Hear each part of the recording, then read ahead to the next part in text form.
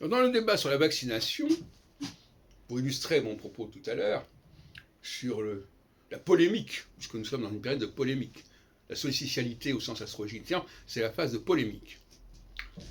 L'instinct de la polémique. À un moment donné, les gens n'ont plus envie de polémiquer, on passe à l'équinoxialité.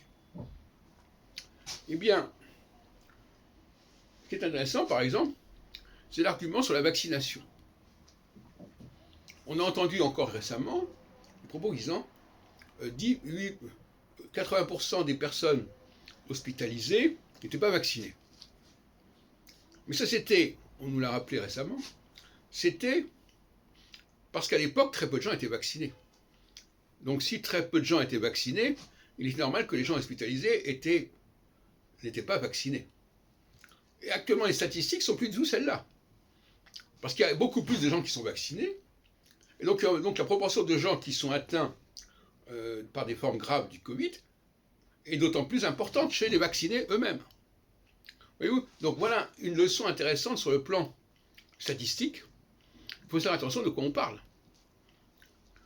Si par rapport à l'argument qu'on entendait, 8 personnes sur 10 ne sont pas vaccinées, il fallait se poser la question de savoir quelle était la proportion de gens qui étaient vaccinés. S'il y a très peu de gens qui étaient vaccinés, il était normal que la proportion de non-vaccinés soit importante. Non, ça me fait rire, mais bon, il faut y penser à cela. Voilà. C'est le piège statistique. On ne nous donne pas tous les éléments. On ne nous dit pas proportion de gens vaccinés. Si on disait, par exemple, il y a 20% de gens vaccinés, ben, c'est normal qu'il y ait 80% de gens hospitaliers qui ne soient pas vaccinés. Maintenant, les chiffres sont plus du tout les mêmes. Donc là, il y a un abus. Mais c'est la même chose. Comme je disais tout à l'heure dans une autre vidéo, il y a des périodes où on a envie de faire triompher son point de vue. Et tous les moyens sont bons pour le faire, pour y arriver.